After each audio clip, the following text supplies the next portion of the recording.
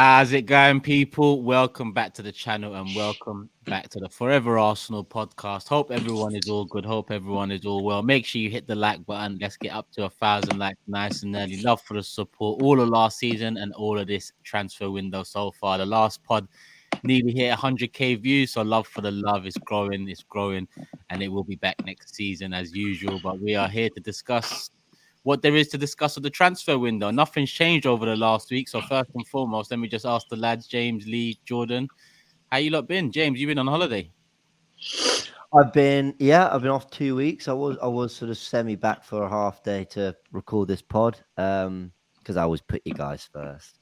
But it's been good. I had a week of just relaxing, and then I had 4 nights in a tent in Silverstone. I'm actually, for anyone thinking this is red for Arsenal, I'm actually secretly still wearing my Ferrari hat. Not that they did any good at Silverstone. But yeah, good. I don't know. Football's been away, so I'm just taking on other sports. Lee, been watching Wimbledon? Tennis? No? I have. I'm going to be honest. I've been a little bit disappointed with it this year. Really like a couple of good games yesterday, but you know, Djokovic ain't got really much competition going forward. So it's and also I don't know how you feel about it. I don't know if everybody else feels. I think there ain't no really like characters in it no more. Yeah, there isn't. There's always been great characters in Wimbledon and in tennis in general, like. But I just think like it just becomes sort of like robots at the moment. I just really like the women's game's a little bit better, if I'll be honest, than the men's game at the moment. I'm enjoying that more than the men, and I've been very disappointed with this season. You know, this year, so much so that if someone said to me, "I've got some tickets for it," I'd go, but I wouldn't be as excited as I've been over in the past. I'll be really honest. I'll happily take them. Of course you would. Yeah, but I think you would be for the event more than the actual players and Yeah, competition. yeah. You know what I mean? Yeah. Obviously, you'd go, Jordan. Yeah, same, man. I've actually been. I think the most exciting sport over the summer has been the cricket, the Ashes, and I'm not even a cricket fan. No, I'm exactly with you. Yeah, it's been brilliant. The Ashes has been really good. But I'm a tennis man. I love my tennis, but I agree. Tennis hasn't really been much to. I've been watching it because I like tennis, but it's not been anything particularly special. Women's World Cup starts next week, so we get some football.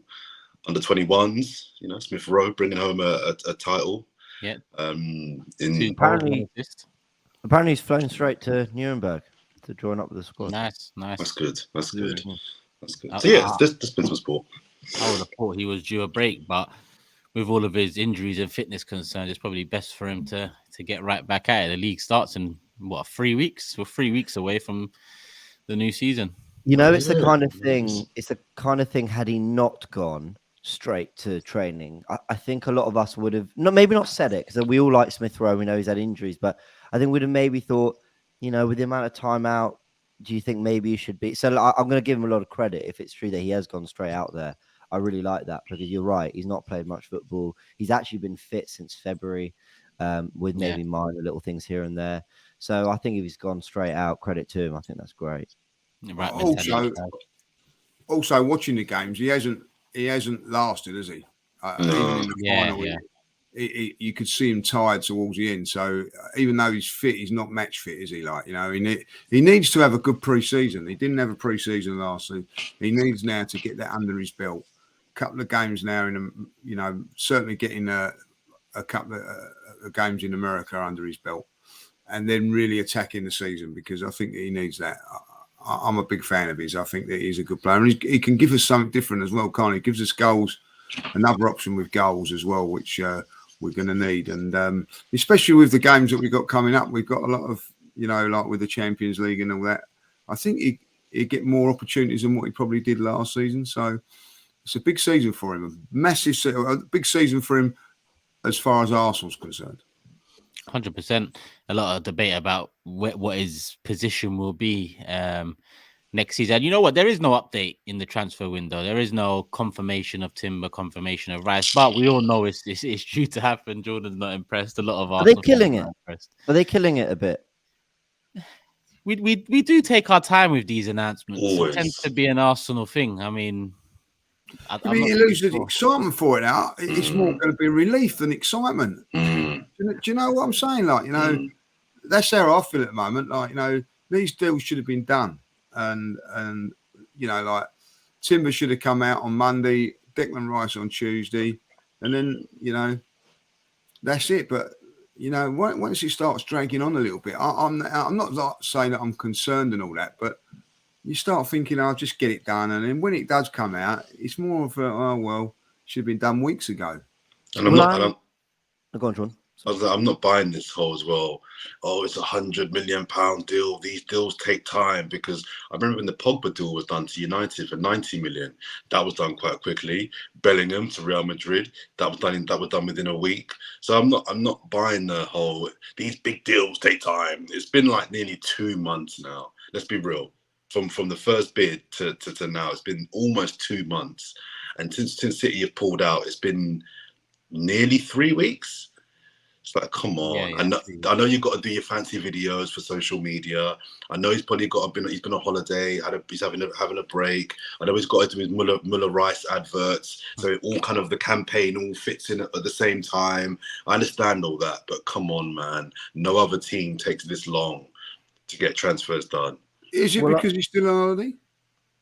No. And even if it is Lee, I've seen people on holiday to get deals done. I've seen players that are on holiday. Yeah, no, it's all done. The deal's actually done, isn't it? It's just like because he's still on holiday, they're not coming back for the PR stuff. Or I don't know. Well, I've been the ultra positive one.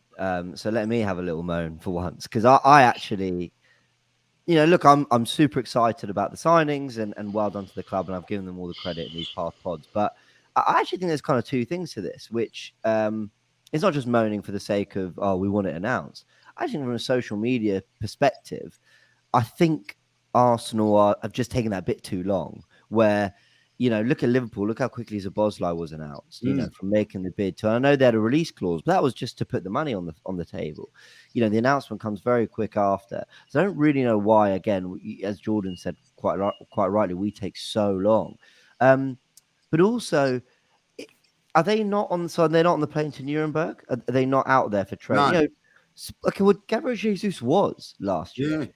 So that's look, it's not concerning, but I would rather they were there. That's all. And that's obviously better for them to be there. And surely the club want them there as well, because the PR opportunities of having Declan Rice, your £100 million player on the tour, that benefits the club, surely. No? Yeah. Unless they think the US tour is like a bigger sort of moment. Like, I don't know if that makes sense. I think it's Havertz against Nuremberg. That would be the first little. Here's a new player, and then Rice and Timber. The first time we'll get to see them is probably the MLS All-Star game. Or Do you think they've trained? Do you think they've trained at all? I have a feeling. Who, Arsenal or Rice? No, Timber and Rice. So I have a feeling they've been like, obviously they've done the medicals, so they'd have met people. I think they'd have had a little run out here and there on the pitch, and then basically will be moving their stuff and doing whatever. But I don't know. Zinchenko weren't signed, was he? Until we got to America. Yeah. That's true. That one was done out there. I think the team have gone to Adidas HQ in Germany as well. Yeah. And I don't know, this isn't that important, but from an Adidas point of view, if we've contributed to a £100 million signing, I'd like to see him. I'd like to see him with the club as well. So, you know, just from that perspective, you know, why is me in Germany? But anyway, whatever. We're moaning again, but I just don't understand why Arsenal takes so long to get these deals done. I just don't understand it. But anyway, I think we're asking fair questions. We're all really happy. You know, well done. We look it. Massive. We've all given them credit. But why? Like, I'm not worried about it. Just weird. No, I don't know. I think it's this generation. I think it's partly our fault as Arsenal fans. We you know, I say we because I'm an Arsenal fan, but in the context I'm talking about, it's not we because I'm not involved in this. But look how much noise there is about these types of things on Twitter and online, and best believe once the video comes out, it's going to be shared 1 million times. And well, that is true. People are going to be loving the visuals, and they're going to be loving the Rice baby and all of this stuff, and they're going to be rubbing it in opposition fans' faces. So I think Arsenal and United, somewhat because of our history, the heritage, and the fan base, and so on, we tend to play on these things quite a bit more. Like, who mentioned it? The Pogba one, for example. He came out with Stormzy. Stormzy had a few lyrics about it and whatnot when the Pogba deal was announced. So there's always this bigger thing made about it when it comes to Arsenal, United. Well, Turks, listen, unless Michael Jackson and Prince are going to do a video with Declan Rice, otherwise, I'm like, just get on with it. Just get the video done and let's just move on. Man said unless Michael Jackson and Prince. I'm with George. All I want to see, and I know probably I'm a little bit old school, is that I'm not into all that stuff. I just want to see him with the shirt, holding the shirt. That's good enough for me. Yeah. And then done. You know what I mean? Like years ago, when Sol Campbell signed for Arsenal, there wasn't none of this. All this. I know social media weren't out, but it's just good to see him holding the shirt, and that's it. And then we move on to the next one. That's how I feel about it all. So mentally, all these things. Mentally, even the Havertz one was decent. You know what I mean? But there's something I'd love about Arsenal just tweeting Arsenal have signed Declan Rice. Like if they just tweeted that and nothing else. Yeah. There would be something very hilarious after all this time. And I don't know whether it's to do with the deal or whether it's to do with the announcement or whatever, but it would be quite funny. And I think on that as well, when they do tweet it, James, I mean, I don't know this for a fact, but I'm presuming that there's a lot of analytics that goes into the announcement of these big deals, and they may want to the timing of the announcement. They want to make sure that for 3 days that trends on Twitter. They want to make sure for 3 days it's the biggest news in football, even sport. So they may be holding off to wait for a window where they have a free run at, this is the biggest thing happening in football. I don't know. I've read on Twitter they're waiting for July 41st to announce Declan Rice. Oh, jeez. That's what I've heard. and Timber 12 apparently today, 12th of July. So we'll see if the next round of information from the Twitter guys and girls are correct. But listen, they're pretty much done and dusted. So heading into preseason against Nuremberg and then the US tour, they fly out on Sunday. How do these players fit in? A lot of question marks about Havertz. When we was initially linked to Declan Rice in January, the talk very much early on was he's coming in to upgrade on Granit Xhaka, and we're going to have a midfield of Partey, Declan Rice, and Odegaard. Heavy links with Caicedo too around those times, so it looked like Caicedo would be the successor to Partey. But with the news that Xhaka's gone, Partey could be going, or very likely seems to be going. Havertz coming in, no Caicedo, and Declan Rice. How do we set up? Is it a simple case of Declan Rice is the 6 and Havertz in the 8? Or do you think there's more to it? I'm not sure who to go to first with this one. Jordan? I'm interested. This is really interesting to me because there's been so much talk about our setup, and it was predicated by the signing of Havertz. And people are, oh, where's he going to play? There's no obvious. He's not a striker, but he's not a 10. And we've got Odegaard. And I think we need to get used to. I think Arteta is going to basically have a very fluid formation and system. And I don't even just mean within games. I think from game to game. I wouldn't be surprised if on some games you see Jesus with 2 10s behind him. Other games you see a 4-3-3. Other games you see Declan. You see a double pivot, and you might see Rice and Jorginho with, I don't know, Havertz in front. I don't think we should be fixating so much on the formation that we've been playing and who fits into those positions. I mentioned on the pod a few weeks ago that and it's just a prediction. I could be totally wrong. I think that we're going into the Johan Cruyff era where Pep Guardiola and Mikel Arteta and Jurgen Klopp and Ten Hag, they want their players to be able to play in 3 positions. You're going to see Declan Rice play a 6 and 8. 6 and 8. You'll see Havertz play, I think, an 8, a 10, and if needs be, a shadow 9. Or what you're going to see multiple players playing multiple positions. So I don't think I'm not sure how much value there is in working out what our formation is going to be, because I think it's going to change game to game. I really do. I don't think there'll be a fixed formation, and that's why I think he's bringing in people like Timber, who can play in 2-3 positions, Havertz 2-3 positions, Declan Rice 2-3 positions. So that's what I think. I don't think there'll be a formation for Arsenal next year. I think it depends on the team we play, will determine the formation and the lineup. Some games you'll see Havertz and Odegaard.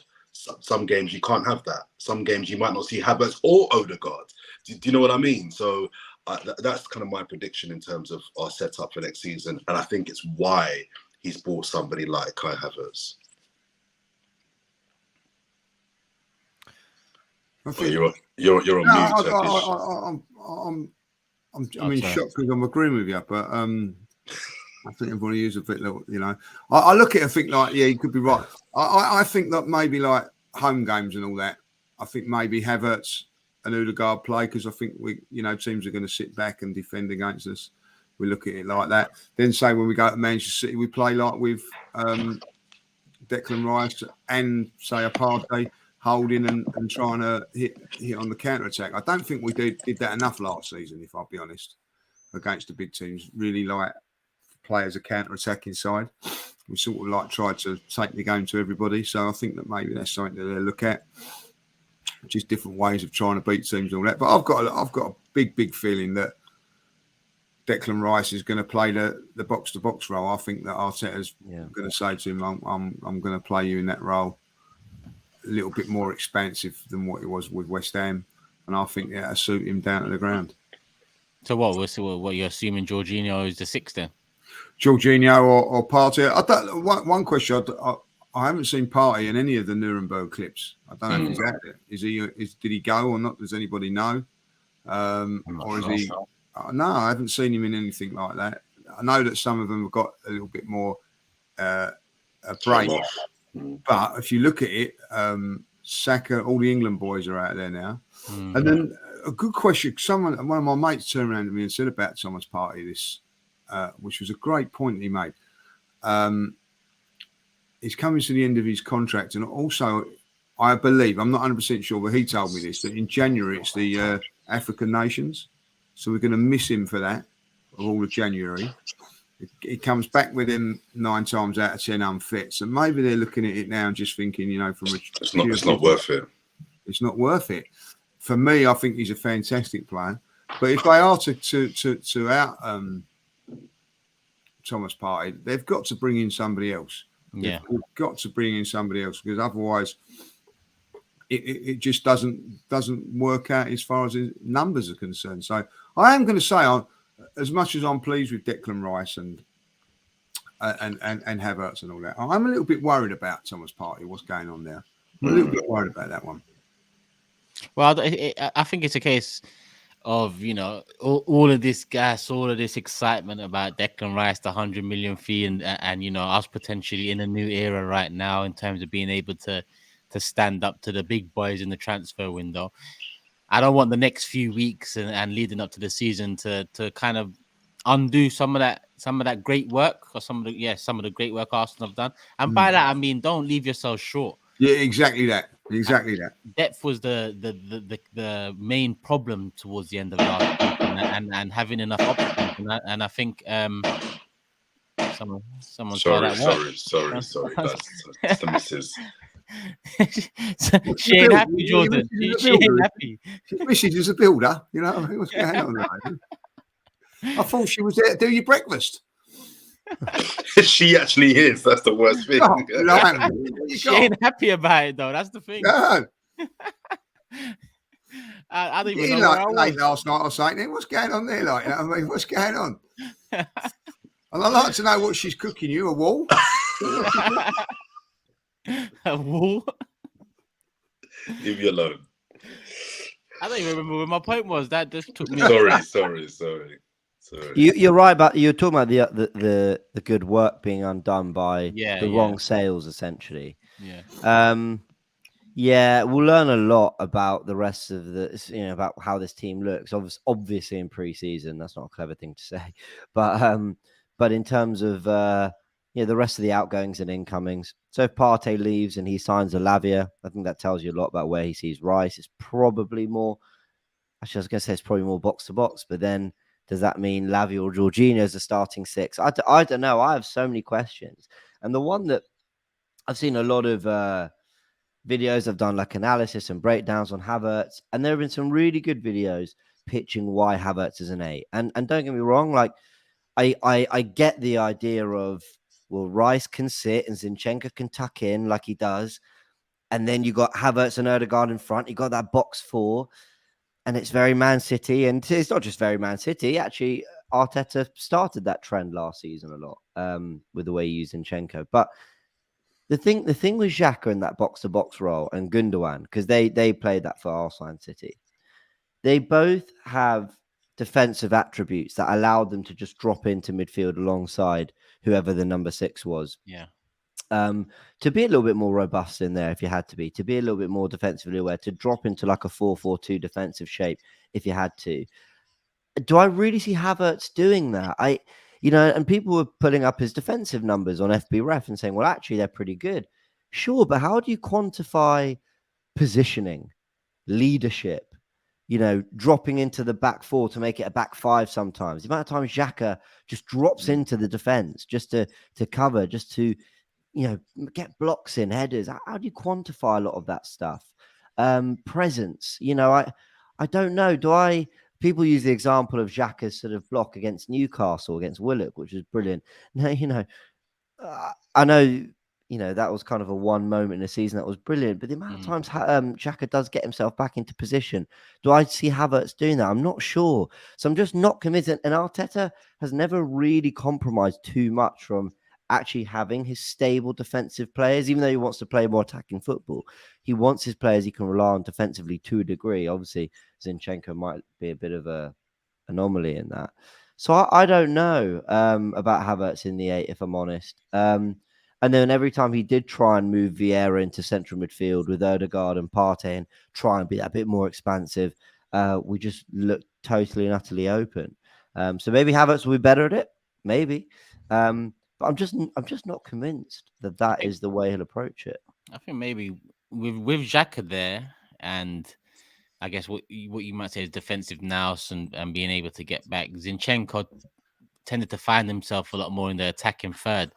I think we'll see Zinchenko more in the middle third, because we've got Havertz there. I think we'll have enough attacking midfielders on the pitch. So Zinchenko might slot in next to Rice.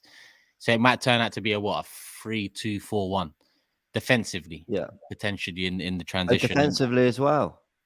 Not setting up initially. I think the setup Sure. will be the usual setup that we do, a 4-3-3 and a 6. But I think when we mentioned fluidity earlier, Timber's the same on the other side. A lot's been said about him slotting into midfield, being composed on the ball. So I think now we have fullbacks on either side that can potentially, in transition in the attacking phase, slotting next to Declan Rice. So even defensively, there's less getting caught out, because even in a 3-2, you've still got enough man back to kind of, not worry too much, and to alleviate the loss in Xhaka, we've got Declan Rice and Timber, who both excel in reading the game. Their interception rate is very high. Their ball winning duels very high. They're both composed on the ball. So it just seems that what Arteta wants to do is dominate all games and not worry too much about the defensive side of things. And by that I mean, if you have players that can read the game well and nip in front of the opposition players, then you've got the majority of the ball for the majority of the game. Well, the best team I've ever seen in the Premier League were the Man City Centurions for me, and they did it with Fernandinho, who was a box-to-box turn 6, and De Bruyne and David Silva. Now, there would have been questions at the time, a bit lightweight. Can you play with basically 2 10s in a midfield 3, blah, blah. But essentially, you couldn't get the ball off them. So if Arteta's plan is, and he was, of course, a coach at City when they had that team. So if the plan is, well, it doesn't matter that we don't have a more natural box-to-box 8 in there, because, we're never going to give possession away. Fine by me. But that's, there are so many good sides in the Premier League now. I don't think you're going to go games where you just always have the ball. And there'll be loads of games where you have to concede a bit of possession, be a bit smart, and ride some waves at times. But, I don't know. Let's not kid ourselves. With Xhaka in the team, we conceded goals. Still conceded a lot of goals. Still, got caught on the counter attack many, many times at home. So maybe we wasn't probably careful enough with the ball in the final third. That's why maybe Havertz is being put into that position. I don't know. Lee, sorry to cut you. The worst were Southampton at home, where we drew 3-3, and Bournemouth when we won 3-2. When Vieira started those games, yeah, I really felt like we were just cut through, so easily. I know Saliba was missing for one as well, but yeah, I mean the City game, especially the one at the Etihad, sticks out as well because they just ran right straight through the middle of the park. But you are right. He just come back from injury, hadn't he? Yeah. But mobility wasn't, hasn't been Xhaka's best trait over the years. And when you're coming up against Man City, I think you need everyone to be mobile at the very least. We'll find out. I guess a couple days time, or I say a couple days, 24 hours time. We'll see what the setup is against Nuremberg. I'm sure Havertz will definitely play a part in that. That game would be a mixed match like it was last season. They played last year. I don't know if you remember it. We played all the sort of players that were going to be leaving and whatever. And we was 2-0 down at half time. And then we brought on all the players that were going to be playing and we ended up winning 5-3. So I think it's just everybody gets a half a game sort of thing for me. I think when you know a little bit more when we're going out American tour, I see different things from Nuremberg last year to the American tour, if I'll be honest. I have to say it must be. I don't know how hard it is for these players that getting all kitted up and all that. No, they're not going to be there. I think it must be a tough thing. Didn't because Saliba's got the number 2 now. So last season, Bellerin must have gone on that tour. Yeah, he did. He was in Orlando. I remember he came on against Orlando. And Turkish was delighted about it. Sounds about right. Sounds about right.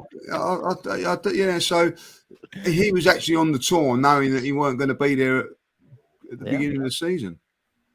Oh, Bellerin, he's anywhere they'll take him. He's anywhere they'll take him. So, what the point being then is, so say if Partey's on the tour of America, it don't mean to say it's set in stone that he's going to be there. Then is it? Yeah, true. I mean, it's all about playing the game as well. You don't want to let opposition clubs know they've left him out. He's definitely moving.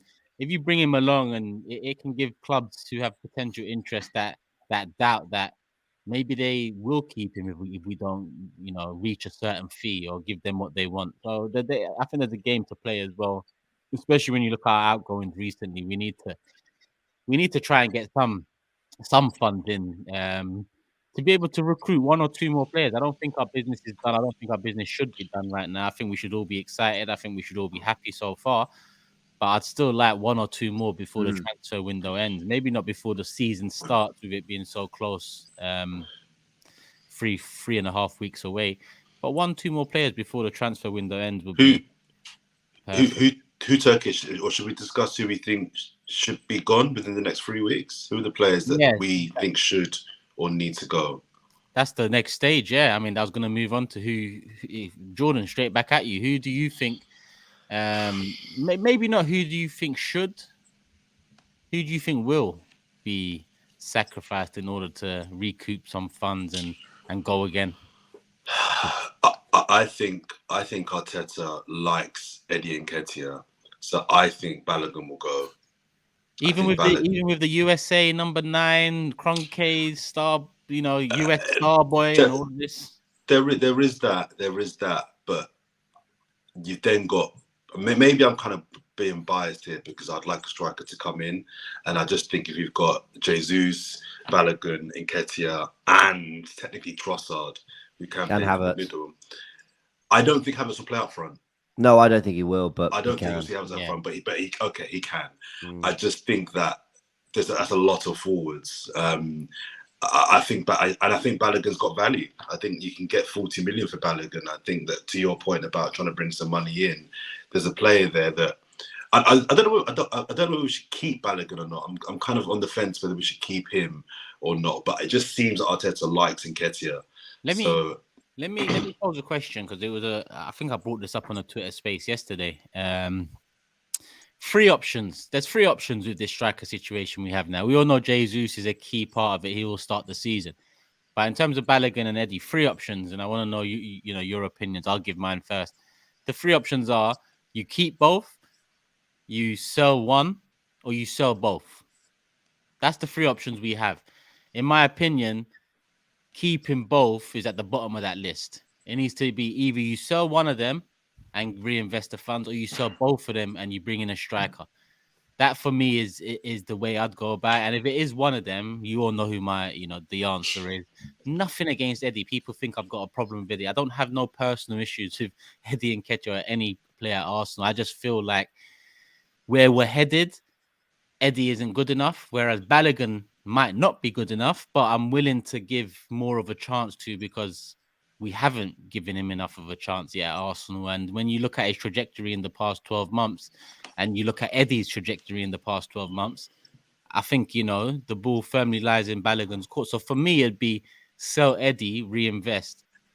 Actually, sell Eddie, reinvest, or sell both and reinvest. I'm not entertaining keeping both. I'll go next. I would sell Balogun. I would sell Balogun and keep Eddie. Not necessarily because I think that Eddie is significantly better. I just don't know enough about Balogun to kind of think he's worth keeping. I like his talk. I like his chat. He's talking some big talk. Yeah, he's talking big talk. And I like that. He's very confident. But I think there's 40, 50 million pounds you could get there.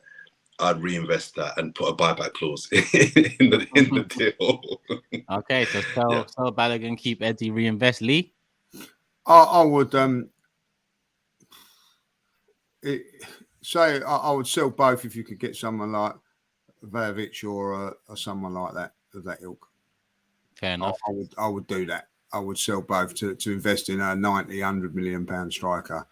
Then you've got 2 strikers plus vying for one position, plus Trossard, yeah. Or even Martinelli could slip in if things differently but there's the centre forward roles changed dramatically over the years now, and it's only a one position now, and it's a one.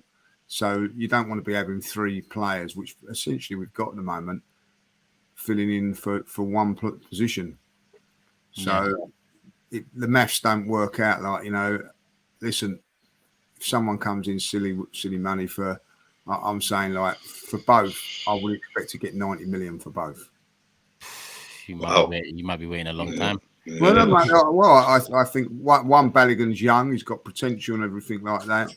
He's just banged in a lot of goals there. We're in a position where we don't have to sell. So if we are to sell, it's going to be like big offers coming in. I think the same for Tierney as well. So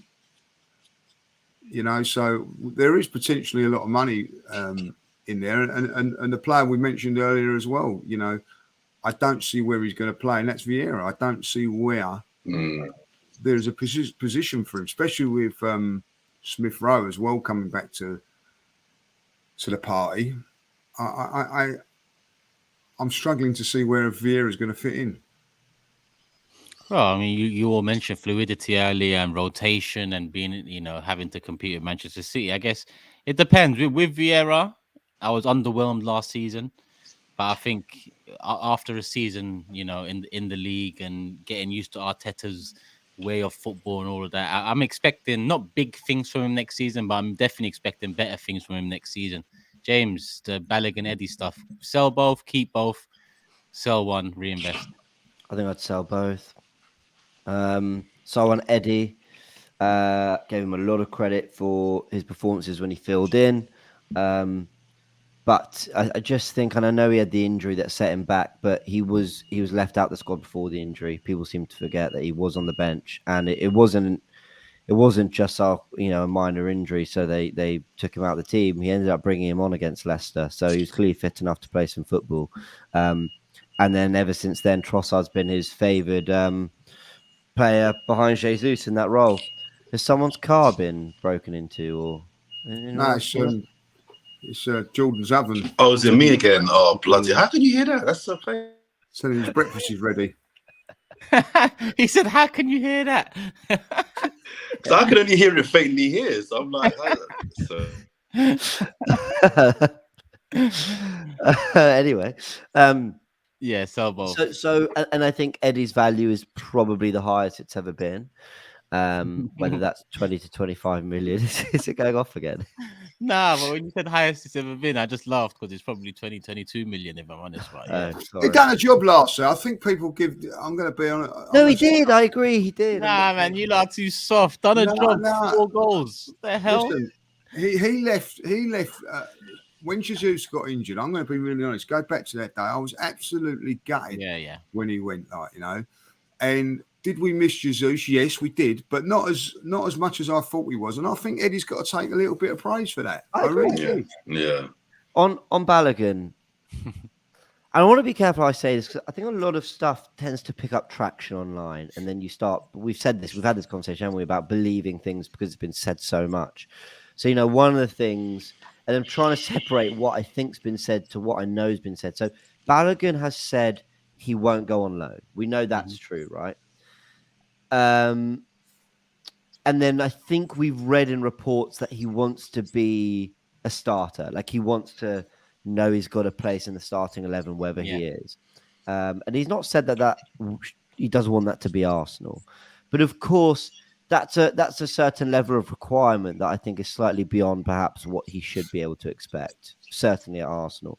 I'd say certainly at most big clubs, to be honest. I mean, I know Chelsea are in for him, and I know they've got a bit of a striker shortage, but or problem. I think I don't really know, but I don't really know that he can sort of demand that. But obviously, we're basing that on what reports have said. So I want to sort of be careful not to sort of pin that to him too much. But then he's not at the Gold Cup, which you mentioned, Lee, I think, just before filming. And then there were other reports that he does want to try and impress in pre-season, or that Arteta wants to see him because he's been really impressed with him. So I don't really know where that sits, but essentially, if I'm being really brutally honest, and it goes a little bit back to Joe Willock a few years ago, who has done really well at Newcastle, I'll give him credit, but when he had that goal-scoring loan, and we were thinking, could he do a job for us? And we had to be quite ruthless and go, actually, just take the 25 million because his value's there. I sort of feel that way a little bit with Balogun, that and I don't mean to be rude, but Lacazette also scored loads of goals last season, and he wasn't right for us. Sorry, James. Sorry, no. Please come in for that because I think you're going to add something. I was saying, but yeah, 40 mil for a player that hasn't played for us is good business. I'm sorry. And I get the whole in 2 years' time he could run the top 5 strikers in Europe. I mean, I never really kind of get too annoyed about this whole thing of when you see a player that you let go, like Gnabry's example for Arsenal. You let go, and then he ends up ripping it up 3 years later at a European giant. That can happen. That's different, I think, to Chelsea letting De Bruyne and Salah go because they just didn't believe in youth. They just didn't give squad players a chance. Whereas if we can get 40 mil now for Balogun, that for me is really good business. And Lee and James have both said they would sell both to reinvest. I actually wouldn't. I'm not against that at all. No, nor am I. Because I actually think a striker is the one reason I believe we won't win the title. If we can bring in another striker, I will believe we can win this title. Our squad currently right now, I'm thinking top 3, probably top 2. But I just think we're a striker away from making me really feel like we can win the title. And if we go on. No, sorry. I cut you. That was very rude. Sorry, carry on. No. I was finishing just saying that if we can get 90 mil, 80 mil, 70 mil for those 2 forwards, and we spend it towards another striker, I wouldn't be against that either. I mean, I was just thinking to put positive spin. Sorry, Lee, but what if Balogun though is that guy? The goals he scored in France. Yeah. Because we're doing the whole. Well, he scored in this league where also Lacazette scored this many goals, and we know how that went and all. Okay, but let's also take the fact that he went on loan as a young player, and in his first loan to a top league where he was playing regularly, and he banged. He scored so many goals. What if a year on, in a flying Arsenal team, he just kicks on and becomes that goal scorer? Then you're not spending any money, and you've got a 50, 60, 70 million pound striker in your squad just there, just like that. Exactly that, James. And I think you've got to look at a little bit. I know it's a little bit different, but look at Saliba. You know what I mean? If I'll be really honest, Saliba had a couple of loans and all that, like, you know, and I think probably come back and said the same thing. Well, I want to same league. I want the same league, and I want to play. And when you look at it, he had Ben White in front of him and Gabriel. You might not think that was. I'm a big Ben White fan, but what Arteta done was he come and said, you know, right, yeah, and he impressed him. Obviously, impressed us in America, didn't he? And he said, well, I'll tell you what, I'm going to have to play him, and I'm going to have to find somewhere else for Ben White to play, and that's what he's done. That may be the case when he comes in now, but I'm not in this camp where you turn around and go, oh, well, if he could go and do it somewhere else. We had a player like going back in the old days. You can talk about Gnabry. The perfect situation was like Andy Cole. Andy Cole was in our academy, and we let him go. And you know, he went on to be Man United, fantastic footballer and whatever, like, you know. But the fact of the matter is that when he was at the club, he had a certain Ian Wright in front of him, and you weren't going to sort of say, all right, yeah, let's sell Ian Wright to enhance Andy Cole. Sometimes along the line, you have to be ruthless. That's just football. It's football, and some, you know, what we're hoping now, if we let Balogun go, that he's going to be a failure. I don't, you know what I mean? That's good luck to him. You know, it's some sort a great story, a great story is David Bentley when he was at Arsenal. Was a fantastic player. You know what I mean? And he turned around and said, I was unlucky at Arsenal because when I played at Arsenal, I had Dennis Bergkamp in the position that I played, or if I was out wide, it was either Robert Perez or Lundberg. 3 or 4 years later, when Theo Walcott came to the club, there was no one. So this is a time for Balogun. If he is to make it Arsenal, you have a little window of opportunity. He takes it or he don't. And if he takes it, fantastic. If he doesn't, you know, let's not lose no sleep if he goes and does it somewhere else. It's part of football.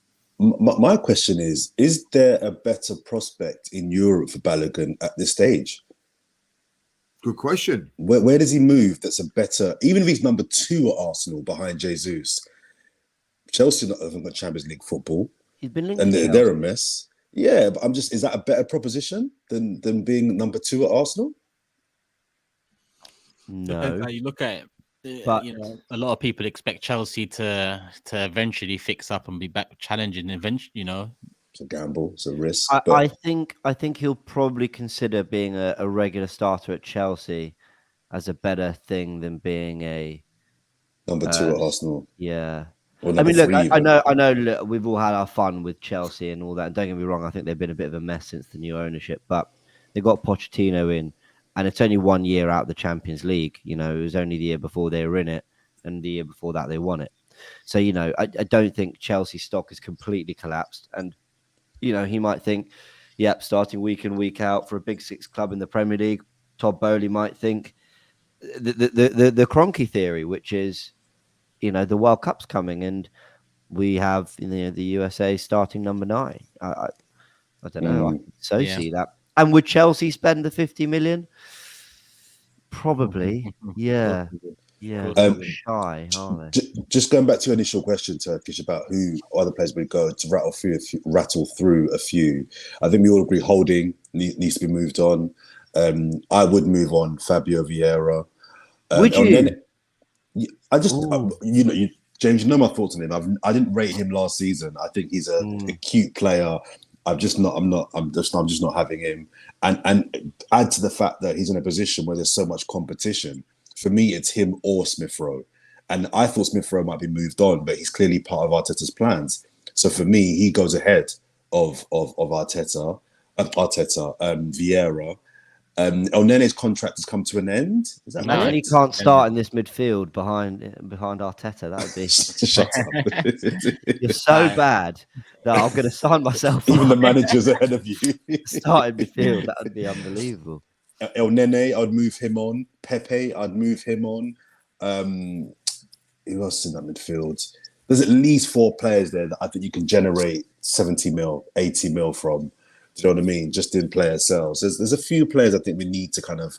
I've got the squad here. I'll still think Tierney again. I hope not. I like the fact that his name is going under the radar so far. Obviously, Patino's on that list. I'm sure you can get 15, 20 out of someone for Patino, maybe with add-ons and expectations and whatnot. I will say, I'm a little disappointed that he doesn't want to fight for his place, but maybe it's just that he's been told he's not really ready. So I don't know if Suarez is still there. Yeah, so Cedric Tavares, Austin Trusty. Bloody hell. Then we've still got, let me mention some other players. Elneny Lokonga. Has Lokonga been mentioned? Lokonga, oh, bloody hell. See, there's 100 mil minimum. Lokonga's injured as well, so he won't be out in Germany. Pepe, you mentioned Marquinhos. And I got a divisive one here. I'm not sure.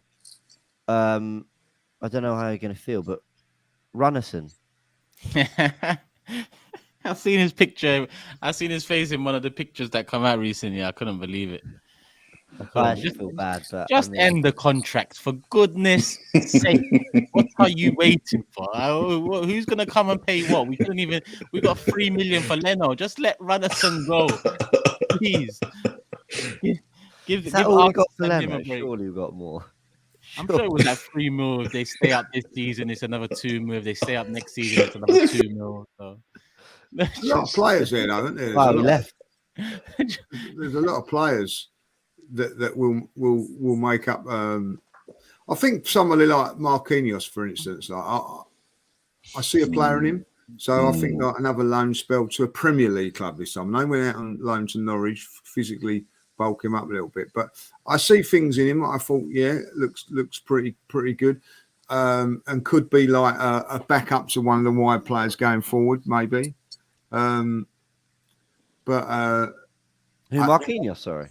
Yeah, I don't think he's nowhere near ready yet, but I think I'd like to see him go on a Premier League loan, see what we can get from him. Like, you know. But apparently, he really didn't do it at Norwich.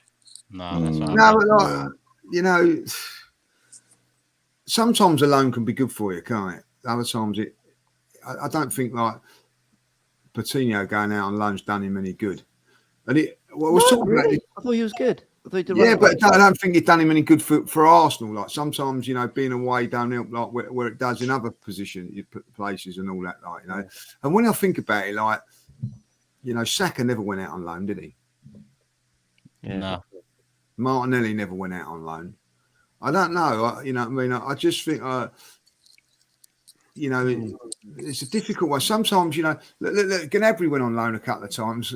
It just didn't work. You know what I mean? Sometimes you've got to be in the right fit. And I think if you're going to loan out players like Marquinhos and players like that, play them in the Premier League where you know, like a league below. I think, you know, if you smash it, people turn around and go, oh, it's only the Championship. If you don't do it, oh, well, it was the Championship. I think, you know, you've got to go really above yourself. So I want to see him in a Premier League club before I make up my mind, you know. But don't laugh at me, but I'm interested to see what minutes Austin Trusty gets, because I think he legitimately had a good season. Good season at Birmingham. Yeah, he did. And look, I'm sorry, if you perform well as a centre-back in the Championship, I'm going to take a bit of notice of that. You know, I'm not saying it's not, I was about to say it's not particularly high level, but it's a grueling league. Ben White done it. Right, yeah. So I think he's got the profile and the stature and the build. He's left-footed, which always helps for some reason. So I don't know. Interested to see what minutes he gets on tour. You mentioned Runnison there, James. Are we all happy and confident with Turner as our number 2? Oh, I thought you were lining up for a bit of a sarcastic joke there. Yeah, that's what I thought. Yeah, I was getting ready. A couple of people have mentioned it. Chris Hudson in particular keeps on saying, you know, we need an upgrade in the goalkeeper department. I don't think it's a priority, but it's an interesting one, isn't it? He's a big part of our play. And if we were to lose Ramsdale, let's say, for 4 months of the season, are we happy that Turner would be our number 1 for 4 months? Are you ever happy with your first choice goalkeeper being out?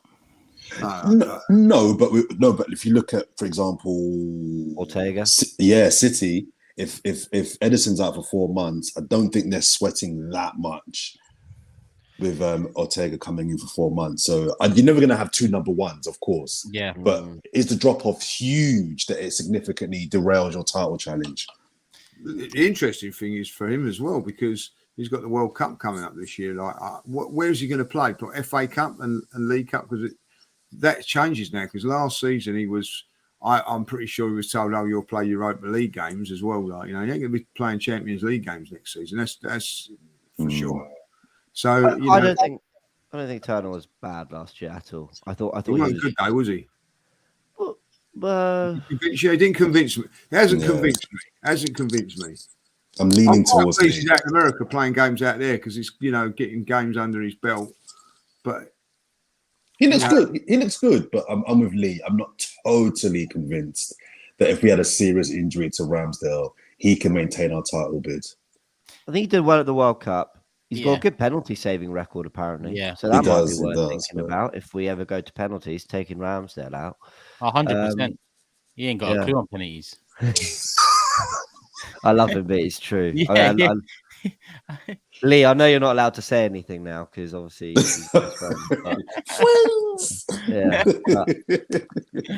he's not looked the best on pens, but we love him otherwise. I think they're not sticking up for him. Like the penalty does favour the striker. Look at this guy. Look at this guy.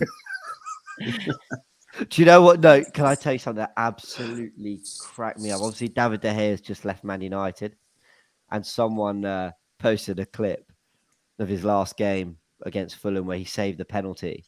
Now, De Gea, I mean, we think Ramsdale, De Gea appalling on penalties. You know, I remember the whole Europa League final. He didn't save one, did he? And then he missed his one, innit? Yeah, I think it was something like that. Anyway, so someone shared the clip of him saving a Mitrovic penalty in his last ever game for Man United at Old Trafford. The best bit is he was so gassed about it that he run and absolutely smacked the ball into the crowd in celebration. They were 1-0 down. I saw that clip as well the other day. I remember it. He didn't give a shit come the end of that that saga. But they're actually getting a keeper. We was actually quite closely linked with a couple years ago. Yeah, I remember that. Yeah, Nana. I think when we was linked to him, he was undergoing a ban, I think, or something along those lines. But it looks like Man United are gonna get a keeper that can play out the back. Great. That's right. Yeah, he was on a long, lengthy ban. We was going to buy him, weren't we? Like, and then when the ban was finished, I remember that. Like, yeah. Just you mentioned Man United there, Turkish. Just very briefly before we get to the statutory Wenger talk, we've lost our physio to United. Now it's not a transfer that should make all the the headline news, but I just wonder how we feel. Well, I thought that our injury record last season was quite good.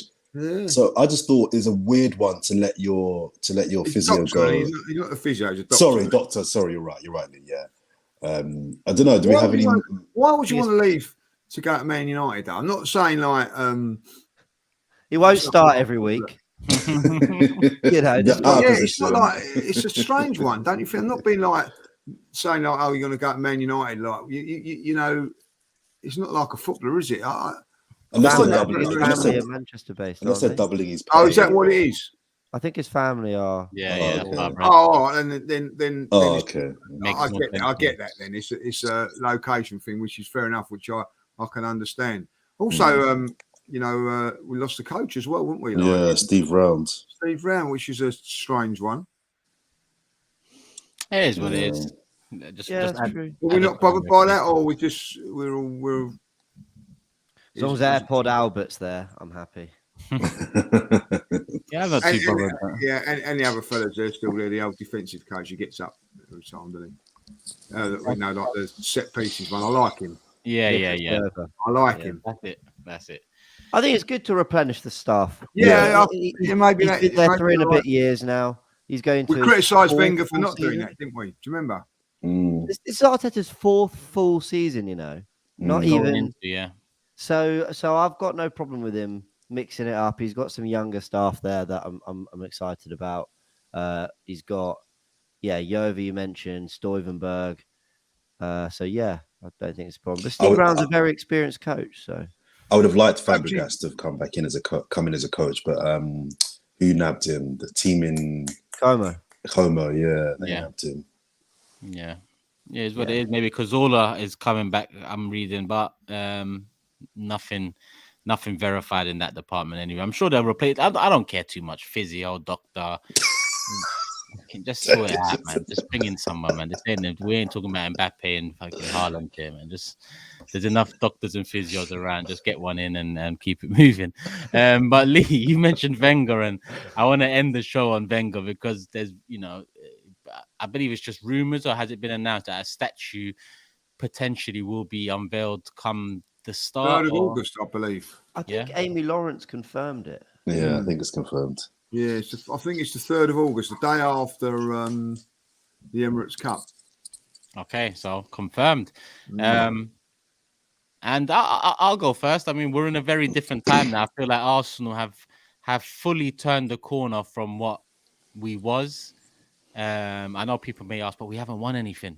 Yes, that's true. But I mean, in terms of getting back to some sort of well-oiled machine, Arsenal have turned the corner from what we was towards the end of Wenger's reign and upon his exit. And I can sit back and remember the good times more fondly and not necessarily dwell on the bad times. It's taken a long time for me to be in this way and say this because over the years, we were dragged back by some of the mistakes that era produced. But now we are sitting where we are.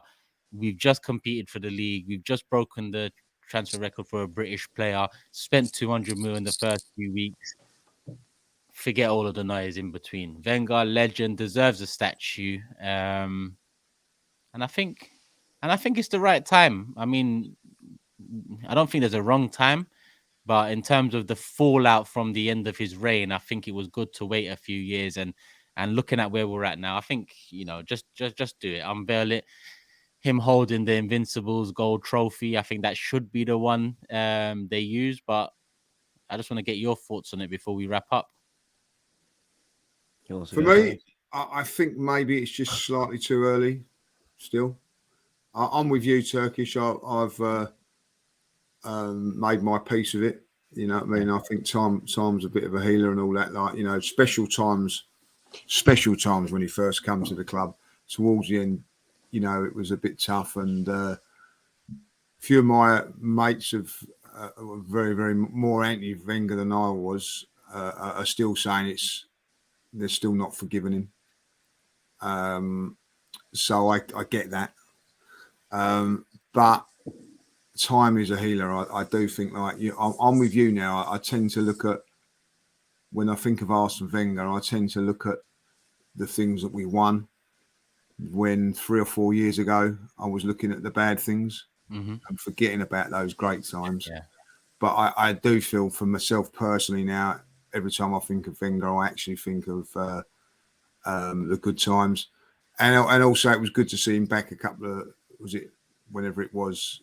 West Ham game. Boxing Day. Yeah, Boxing Day. It was. I felt that was part of the process of where we're going now with this statue. So I'm. There's always.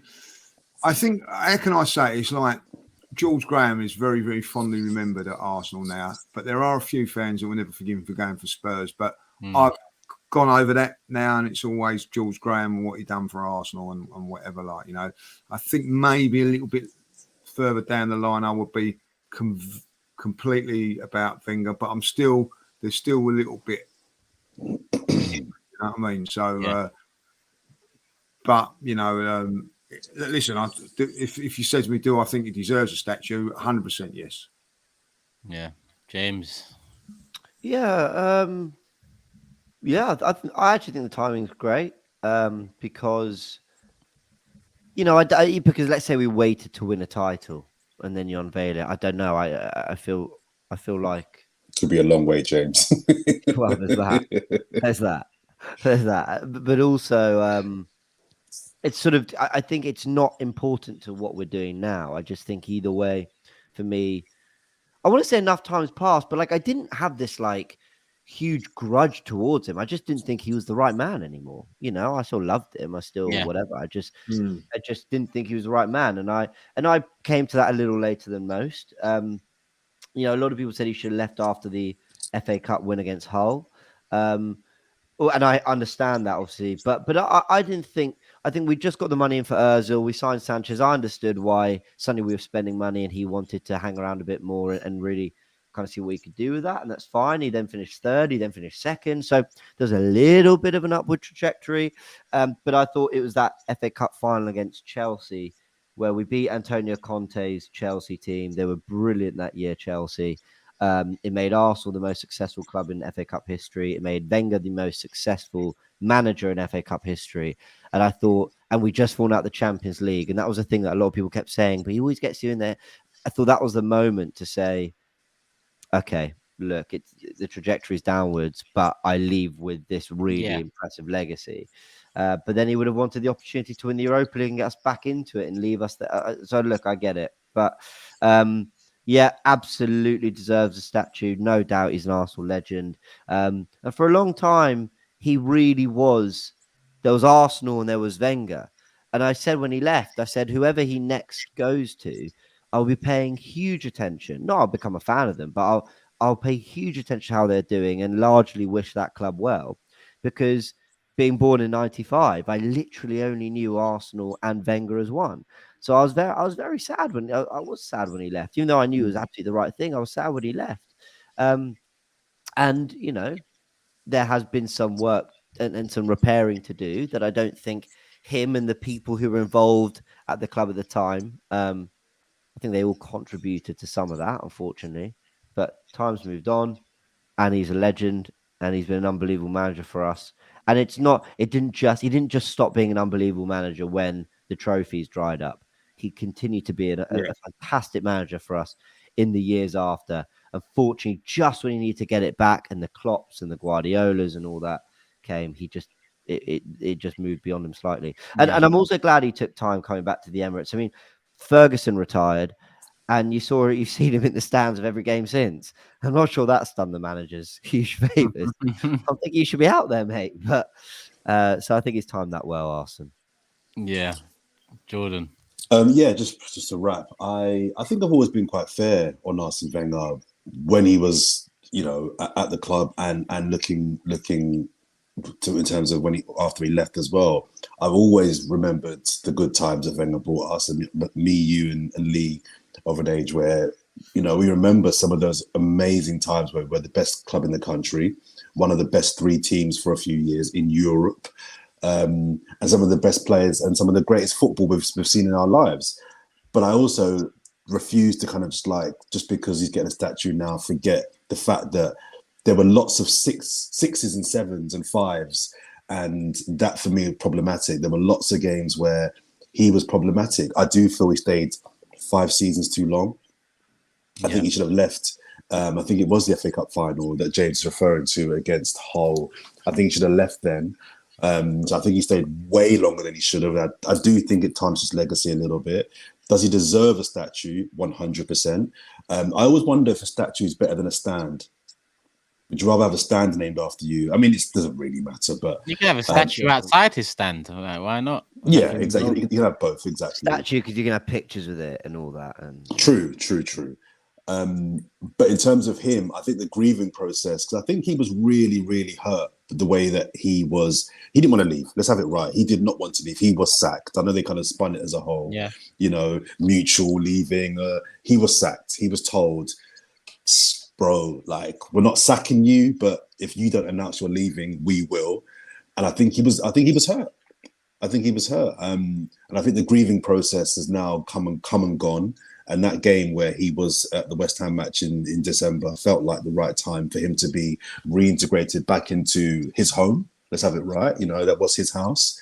And reception, I think, was what he deserved. So, yeah, I think the statue is deserved. But I'm not going to let the fact that I do think he deserves a statue cloud the fact that there was a lot of bad that he did. But he always had Arsenal at his heart. And one final thing as well. I loved the way he conducted himself. Even when I wanted him at the club and I thought he should have left years before he did, I love the fact that my manager of my football club always conducted himself with respect, decorum, and to high standards. One of the Jose Mourinho has won significantly more than Arsene Wenger, but I think there's something, and some fans won't put much emphasis on this, but I think there's something about how your manager conducts himself and how your manager, even in dark times, even when there's a visceral hatred from the fan base towards him, he always carried himself with respect and decorum. And for that says a lot about the man as opposed to the manager as well. So that was important. Also, Arsenal legend. I'm not sure if he's a football legend, but that's a different discussion for a different day. I think he's a football legend. I don't know why. He's the professor, isn't he? I don't know. He is Mr. Arsene Wenger. Like, he's quite loved by other fan bases, you know. He's loved by everybody. Yeah. Like he really is. He changed football. I know, like they talk about Pep done it now, and probably he's evolved it and all that, but he definitely changed football. You know, like everything about it. You know, it was 12 o'clock finish down the pub or the betting shop, when it like back in the day, and he changed all of that, like, you know. And what I think I do admire about him and all that is that every other manager followed suit. even Alex Ferguson used to say, well, get down there and talk to players, ask what he's doing. You know what I mean? Like in internationals and things like that. Players that left, Paul Merson, for instance, when he left and went to Aston Villa, Aston Villa were asking, what do you do? What are they doing at Arsenal that we can do, and all things like that. Like, you know, so you have to give him his credit for that. Yeah, maybe that is a discussion for a later day, Jordan, because I think so. I think he's a football legend too. But we will wrap it up with comments of the day, because we've just passed the hour mark. So hopefully we're on 1,000 likes now. If we're not, scroll down, have a check, hit the like button. If we are, scroll down, have a check, hit the like button. Regardless, people, show some love and leave your comments, and be in with a chance to feature on comments of the day. Obviously, we've discussed the pace of the announcements regarding Rice and Timber. We've discussed how they might fit in. We've discussed some of the potential outgoings and who we'd like to see leave the club. We want to hear from you guys and girls, so let us know in the comment section. And we're at comments of the day. I'm going to kick it off because I've got a nice short one here. Well, I had it here. There it is. Cameron Morris says, I watch Transfer Daily to hear of players I've never heard of from Robbie. And I watch this to hear the same from Lee. Shout out to Ben Rice. Pick up Cameron. At least you're bringing it some sort of attention, Lee. Yeah, leaves me nice on my one. I'll just call him Kane because I can't say second name. So I'm only waiting for the day Timber is announced and Lee keeps calling him Julian Timber, along with Kyle Havertz and Ben Rice. All the best. Great. I never even know that I actually called him Kyle, but obviously I did instead of Kyle. You know what I mean? So a slip of the old tongue and they're all on me like a rash. Julian Timber. Who's next? Jordan, James? I'll go next. First of all, big up H, who watched the pod. So I'll give him a shout out on the pod as well. I got two. Jordan saying he's not the rude person. He's like a porn star saying she doesn't like sex. This is the man who constantly interrupts and over talks, not to mention the fact that he wouldn't say a man's name for a whole season. It's part and parcel of who you are.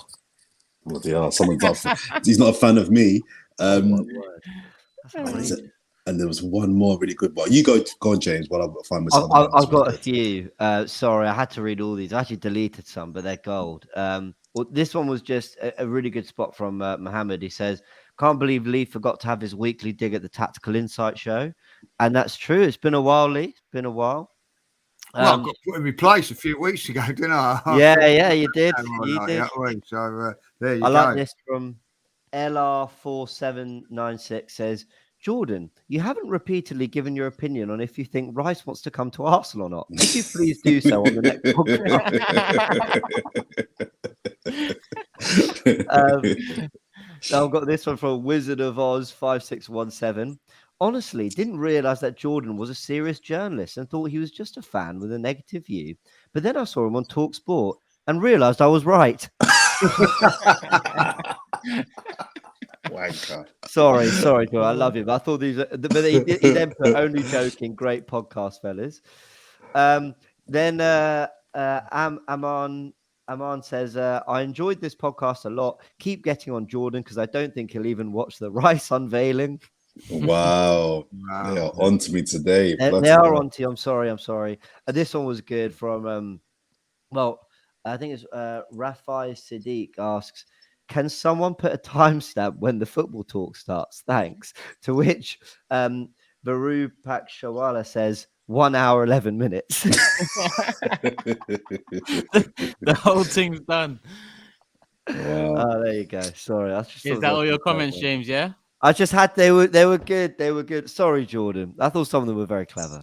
No, they're They are brilliant. very clever. Some of them very clever. What they put, like, you know what I mean, very impressed by the comments. Someone said we'd be on the undercard of the Elon Musk Mark Zuckerberg fight.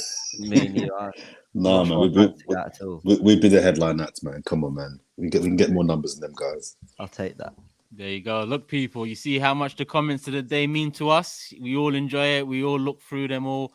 So make sure you leave your comments below this video. Make sure you like this video. Make sure you subscribe to the channel and make sure the notification bell is on because there's content coming out thick and fast. Any news, we're here to break it. Any news, we're here to discuss it. Subscribe, notification bell on. Pre-season tour is round the corner. Nuremberg away this Thursday. We will be doing a watch along, so make sure you're here. A lot of the regular faces, you'll see them. And this is it. This has been another episode of Forever Arsenal. But Lee, you know what? I don't mind this. Usually it's Jordan interrupting me at the end. But Lee, go ahead. Why not? No, just asking. Our next pod then will be in America. Is that correct?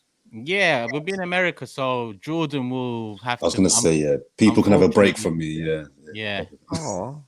Curtis is out. Jordan, come join us. Wow. I wish, mate. I haven't got that kind of money you guys have got. We have to bring in a replacement in for that then, like, you know? Yeah. Well, we've got a couple options out there. We've got Curtis out in America as well. We've got Julian out there. Oh, jeez. Robbie's out there. So let us know in the comment section. Who do you want? Yeah, that's a good thing. Let us know in the comment section who you want. Yeah. There you go. Robbie, Curtis, Julian. That's the options you have. Let us know. And we'll also know who watches the pod till the last possible minute if you are voting.